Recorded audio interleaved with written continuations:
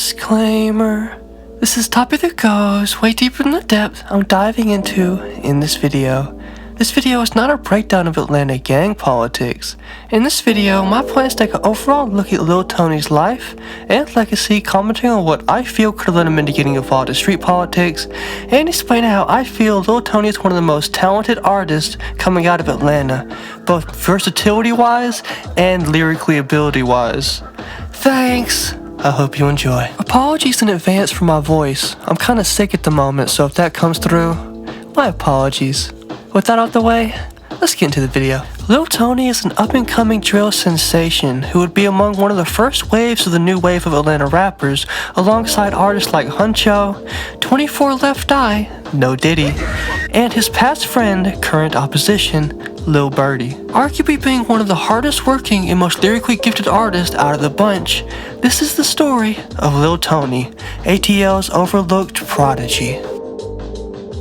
Born in 2005 on the west side of Atlanta in an area that's notorious for how bad the drugs and high crime rate is, called The Bluff, Tony would mention that his father would move him and his family around the city of Atlanta quite often, generally staying in the west side but always bouncing from place to place to place. This led to a quite chaotic living situation, with Tony being constantly around criminal activity off his dad's relation to that side of shit, and never truly having a place to settle down and relax. Speaking of Tony's father, it seems from interviews and song lyrics Tony writes, it indicates that Tony and him had a really close relationship, as Tony credits his father for the advice and a lot of good decisions and choices he's made over his life. He also goes on to say that he took after his father in more criminal ways as well, as his father was vaguely in the streets, Tony never really going into specifics, saying he'd always be tripped out in diamonds, rolling in Bentleys, and I assume off him being from the Bluff originally, his dad was most likely a dealer,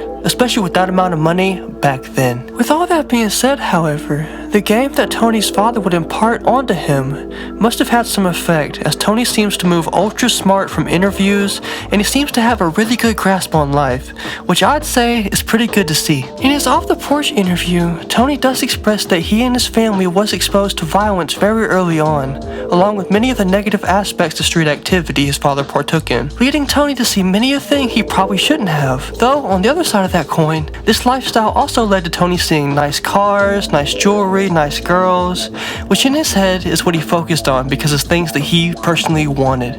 This desire, while probably not the healthiest, is what drove Tony to gain the hustler's mentality he still exhibits today. Starting off on little petty crime shit and YouTube. As Tony was a basketball player, he'd hoop on YouTube. Around this time, an injury Tony would get would prematurely end this, but a while after this injury, as if the injury wasn't bad enough, Tony would be expelled from his high school for reasons he ain't disclosed. Probably to do with dealing and gang affiliation, if I had to guess. His dad would then pull him aside and kinda put pressure on Tony to begin rapping, saying everyone knows the shit you've been doing, so no one can say you capping, and it's better than crashing out in the streets, just go for it, follow your dreams type shit. Thankfully, Tony took the advice. Lil Tony would first begin to drop music around the middle of the quarantine in 2021, with songs like Baby Trill Flow and Quagan dropping around this time. That time, specifically, being the summer of 2021. I would usually say which of these dropped first, but all of Tony's old music videos had to be re-uploaded off some weird YouTube shit, so I can't see which is first, honestly. I found him off Baby Drill Flow personally, but Tony claims Quaking to be his first track, so go with whichever y'all fuck with more, I don't really care. Maybe it's the Georgia in me, but the heaviness of Tony's accent mixed with the cleverness of his lyrics and the nice flows he spits really stuck with me, and I became a fan damn near instantly. To be fair though, I know motherfuckers who sound almost exactly like Tony, so maybe I could just translate better than other motherfuckers I see. I say that because I've seen entire Reddit conversations on motherfuckers saying how garbage Lil Tony's music is. Motherfuckers either just uncultured or ignorant, because every time I listen to a Lil Tony track, I damn near spaz out. That shit go crazy. I don't know what the fuck they talking about. Glazing aside, I'd be amiss if I didn't mention that early on in his musical career, Lil Tony would be really close with and even rep a crew called 220 Birdie Gang, whose main member y'all might know if y'all pay any attention to Atlanta drill. That, of course, being Lil Birdie himself. The two artists seemingly had a really good relationship at first, making multiple really good songs together.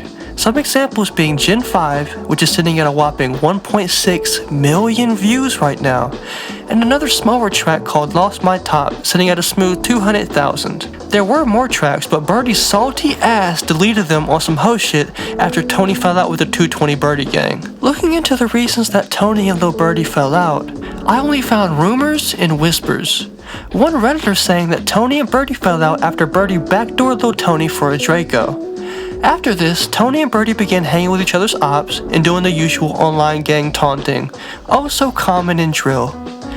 Keep in mind, I'm going off of a single Reddit comment that may not be credible, but if this is the reason they fell out, Birdie is on some ho shit. Tony and him were on the way to becoming one of the top duos in Atlanta till he pulled this BS. After this falling out, Tony would stop claiming Birdie Gang altogether and begin to claim PCF, or Paper Chasing Family.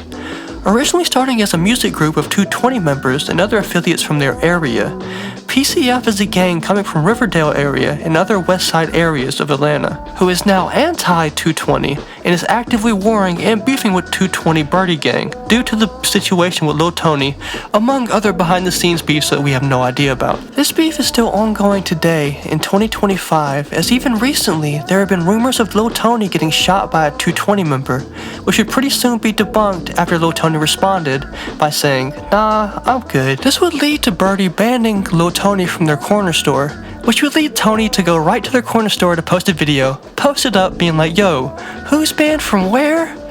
Which Lil Birdie then immediately went to rush in, be like, "Where's he at? Where's he at? Where's like the fucking SWAT team?" And everybody's just kind of laughing at him. It's fucking dorky gang behavior every single time. All throughout this time, Tony would be dropping consistently, in 2023 signing a record deal with Priority Records, which is a Universal Music Group subsidiary.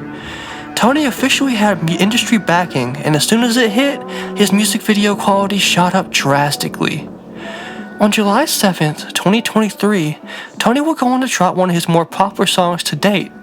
That song being 3 AM, having a drowsy, almost 21 Savage-esque vibe. This song would get a lot of attention in the underground and became a first real high-budget looking video that Tony would come out with. 2 months after this, in September of 2023, Tony will go on to drop the video for his song Canoozled, which would hit a solid 1.6 million views. This kept up the quality of the last vid and showed his quality increase wasn't a fluke, rather, it was the new norm. From this point on, Lil Tony would continue to drop an abundance of music, and with him getting consistent views, it's safe to say his deep accent and hard flows had served to grow him a die-hard cult following. This would lead to the first bump in the road of his career. In August of 2024, Lil Tony would be shooting a music video with some of his friends when a cop would roll by and spot Tony and crew brandishing weapons at the camera. Tony and crew immediately got in the car and attempted to leave, which led them to getting pulled over and searched and arrested for the prop guns. Turned out to be real guns, by the way, and 10,000K cash that they were flexing in the video. As of December 2024, Tony will be released or bonded out from these charges. I'm not sure which. On December 25th, 2024, Tony will go on to drop his latest song, and the first song since his release from jail. That song, of course, being Brazen Story. This song is currently sitting at a solid 400,000 views, and saying it's only the New Year's, it still has time to grow, and here's hoping it pops 1 million. His hard work and consistency deserves it, if nothing else. If y'all haven't taken the time to listen to Lil Tony, I recommend you go and do that, as I feel Lil Tony is one of the most underrated lyricists and general artists coming out of Atlanta. I just wish he'd get the mainstream push I so believe he deserves. If you like this video, be sure to like, comment what y'all trying to see next, and subscribe with the bell to be notified of all my future uploads. Next week I plan to do a video on Mo P, unless someone else recommends someone else, of course. If I miss anything or get anything wrong, do be sure to comment that and I'll correct it in the comments of this video, or I'll do it in my next video. With all that out the way, peace out, chill out. Fight for the future. I'm doing my part. I'm doing my part. I'm doing my part. I'm doing my part too. They're doing their part.